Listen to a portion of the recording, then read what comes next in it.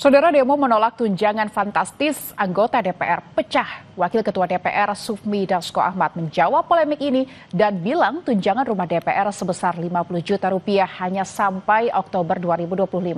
Sementara Ketua Perhimpunan Bantuan Hukum Indonesia PBHI Julius Ibrani mengatakan tetap saja tunjangan rumah DPR tidak masuk logika. Demo menolak tunjangan anggota DPR pecah di berbagai kota. Kemarin, di Medan, Sumatera Utara, mahasiswa dari berbagai aliansi menggelar aksi unjuk rasa di kantor DPRD Kota Medan. Massa menuntut anggaran tunjangan DPR dialihkan ke program yang lebih pro rakyat.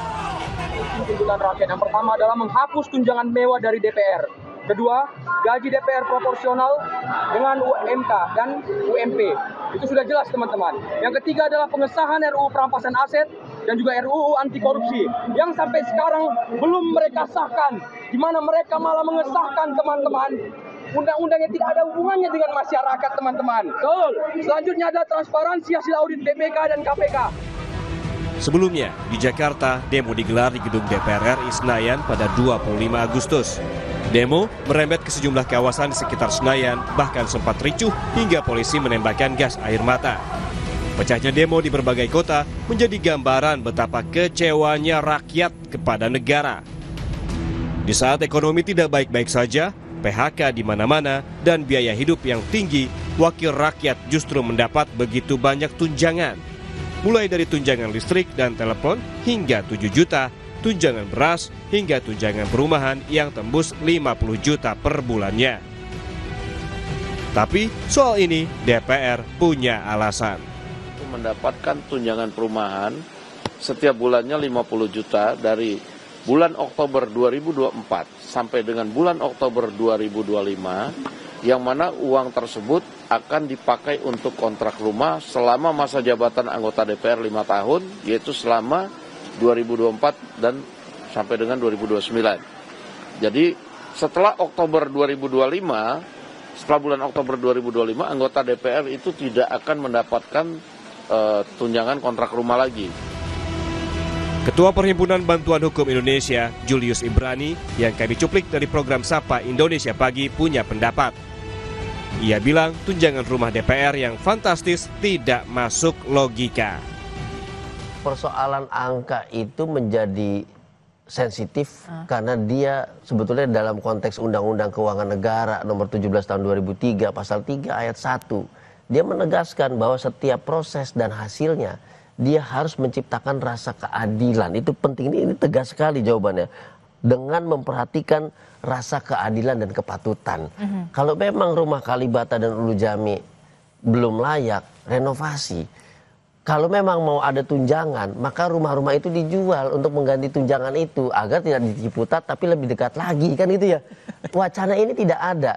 Jadi ada aset. Aset ini kemudian bukan aset yang menjadi aset profit, asetnya liability loh ini.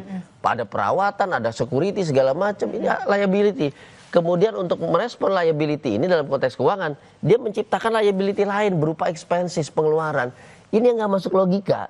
Padahal masyarakat dihadapi pengeluaran dan pajak. Tunjangan mewah anggota DPR kontras dengan kehidupan masyarakat yang untuk hidup sehari-hari pun harus berusaha keras. Kos sih rata-rata 2,5 sampai 300 ya. Kalau kebersihnya paling yang antara 100 sampai 150 lah bersihnya itu ya. Lalu sebenarnya realistis nggak sih Mas dengan pendapatan seperti itu bisa mendapatkan rumah misalnya di Jakarta?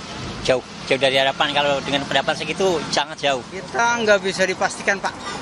Kadang lagi ramai, ya begitu Pak. Kadang bisa mencapai 40 dan kalau untuk mencapai 100 agak sulit Pak.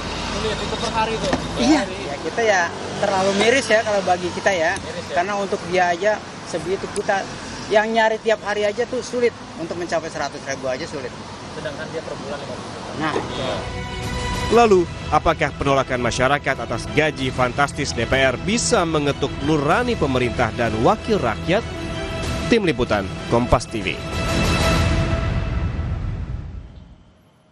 Sebelum kami lanjutkan Kompas siang hari ini, kami lebih dulu ingatkan Anda agar jangan lupa untuk mencukupi kebutuhan air mineral Anda setiap harinya dan rasakan kesejukannya.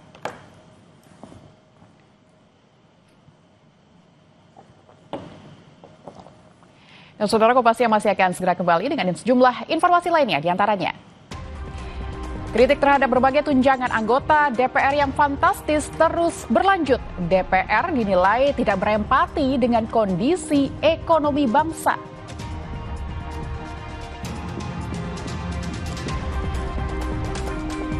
KPK memeriksa Bupati Pati Jawa Tengah Sudewo terkait dugaan korupsi jalur kereta DJKA Kementerian Perhubungan.